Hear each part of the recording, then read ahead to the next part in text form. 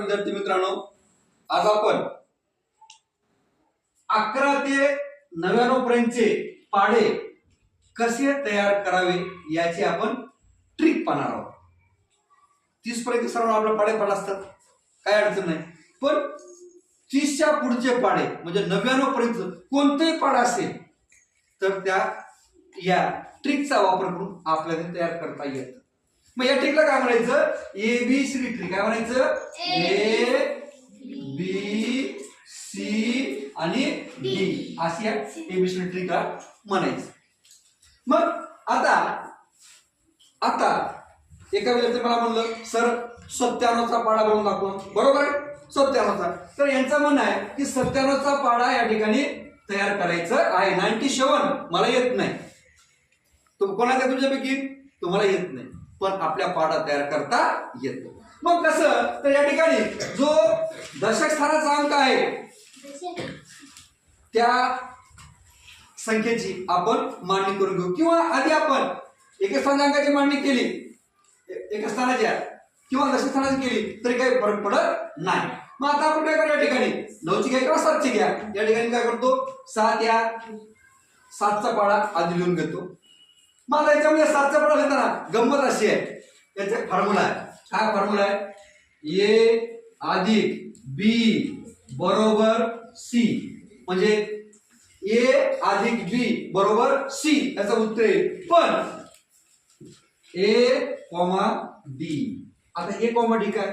या ठिकाणी जो दुसरा अंक आहे एका स्थानाचा, याआधी मी तुम्हाला सांगितलं होतं, एक म्हणून चुकून, पण हा जो अंक आहे 7 किंवा या ठिकाणी कोणताही अंक असेल तो अंक लिहित असताना कसं लिहायचा काळजीपूर्वक पहा. याच्यामध्ये पहा, पहिला अंक कोणता आहे? 7.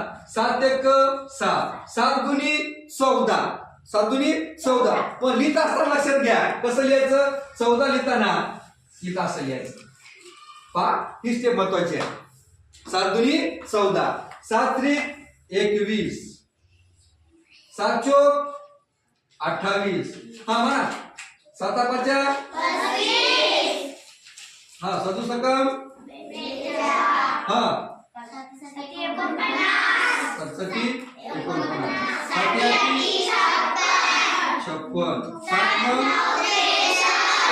67 स्टेप क्रमांक 1 म्हणजे सर्वांना 7चा पाढा येतं. पहा, तुम्हाला 7चा पाढा येतं, 9चा पाढा येतं. या दोन्ही पाढ्याचं एकत्र करून आपण 97चा पाढा तयार करतोय. आता 7चा पाढा सर्वांना पाठ आहे. मग आता या ठिकाणी ही झाली पहिली स्टेप. ही पहिली स्टेप सर्वांना कळाली का? इथं कोणता अंक असेल? इथं 8 असेल, 9 असेल, कोणता अंक असेल त्याची मांडणी ही अशा पद्धतीने करायची. म्हणजे या ठिकाणी तिथं काय नाही, कन्फ्युज व्हायचं नाही, 0 2 टाकायचं, टेन्शन घ्यायचं नाही. 0चं काही या ठिकाणी किंमत नसतं. अशा एवढी मांडणी आपण करून घ्यायची. आता पुढे पहा, दुसरा अंक कोणता बरोबर? इथं 9. कोणता अंक आहे? 9. 9 लिहिताना पहा, या बीच्या कॉलम मध्ये पूर्ण पाढा लिहून घ्यायचं. 9 एक 9, 9 दुनी 18, 9 त्रिक हा 9 चोक हा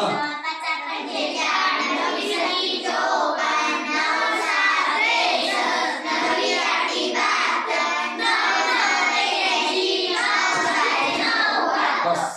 आता बघा काय केलं आपण. पहिल्यांदा 7चा पाढा लिहिला A आणि D या फॉर्म्युल्यामध्ये किंवा या डब्यामध्ये. आता पुन्हा B मध्ये आपण पूर्ण 9चा पाढा लिहिला. आता पहा गंमत कशी झाली. आता गंमत पहा. आता या ठिकाणी 97चा पाढा आपला तयार झाला. कसा? या ठिकाणी पहा, A अधिक B बरोबर C. C रिकामा मला आपल्या या ठिकाणी. मग काय करायचं? या दोघांची काय करायची? बेरीज. A अधिक B. 9 एक 9 अधिक 0 बरोबर 9. 18 अधिक 1 बरोबर हे 18 आणि 1 किती? 19.